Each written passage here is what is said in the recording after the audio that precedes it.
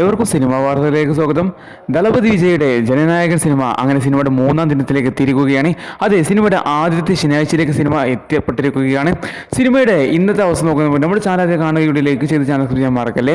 സിനിമയുടെ ആദ്യ 2 ദിവസത്തെ കളക്ഷൻ നോക്കുന്ന സമയത്ത് സിനിമയ്ക്ക് ആദ്യ ദിനം സിനിമയ്ക്ക് ടോട്ടൽ വേൾഡ് വൈഡ് ലഭിച്ചിരിക്കുന്നത് 80 കോടി രൂപയോളമാണ്. അത് 80 കോടി രൂപയോളമായി വേൾഡ് വൈഡ് ലഭിച്ചിരുന്നത്. സിനിമയ്ക്ക് ആദ്യ ദിവസം കേരളത്തിൽ നിന്നും 5 കോടി 80 ലക്ഷം രൂപയോളമാണ് സിനിമ കേരള കളക്ഷൻ മാത്രം നേടിയത്.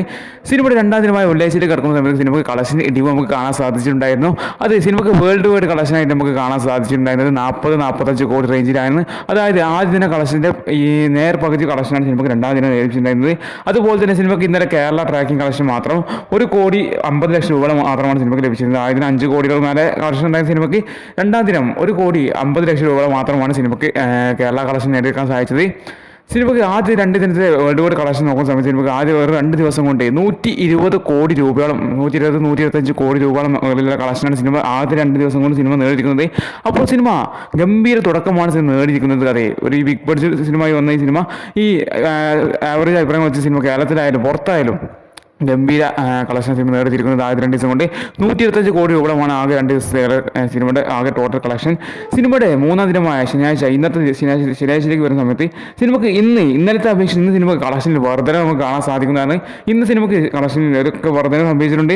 അതെ, ഇന്നലെ ഇതേ സമയത്ത് സിനിമയ്ക്ക് ട്രാക്കിംഗ് കളക്ഷൻ മാത്രമേ 15 കോടി രൂപയോളമായിരുന്നെങ്കിൽ ഇന്ന് സിനിമയ്ക്ക് ഇന്നത്തെ പ്രൈസ് കളക്ഷൻ ഇന്നലെ ഇതേ സമയം 15 കോടി രൂപയോളം പ്രൈസിലുണ്ടായ സിനിമയ്ക്ക് ഇന്ന് ശനിയാഴ്ച സിനിമയ്ക്ക് 25 കോടി രൂപയോളമാണ് പ്രൈസ് ആയിട്ട് നമുക്ക് കാണാൻ സാധിക്കുന്നത്.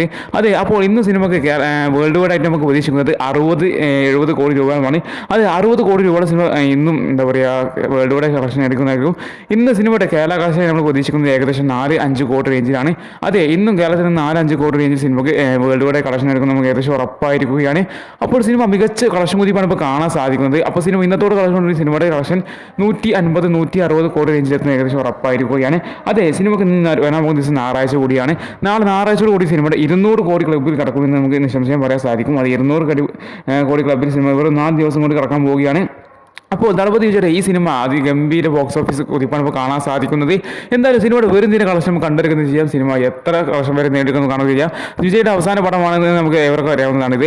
എന്തായാലും മിനിസ്റ്റർ വിജയ്, തമിഴ്നാട് മിനിസ്റ്ററായ വിജയുടെ ഈ അവസാന സിനിമയ്ക്ക് വേണ്ടി എത്ര കളക്ഷൻ നേടിയെന്ന് കണ്ടു തന്നെ അറിയാം. എന്തായാലും നിങ്ങൾ സിനിമ കണ്ടാൽ നിങ്ങൾ അഭിപ്രായം തീർച്ചയായിട്ടും കമന്റ് ചെയ്യാൻ മറക്കരുത്. ഇതുപോലുള്ള സിനിമ ഡയറി സിനിമ വാർത്ത തരാൻ വേണ്ടിയിട്ട് ഈ വീഡിയോ ലൈക്ക് ചെയ്ത് നമ്മുടെ ചാനൽ സബ്സ്ക്രൈബ് ചെയ്യാൻ മറക്കല്ലേ.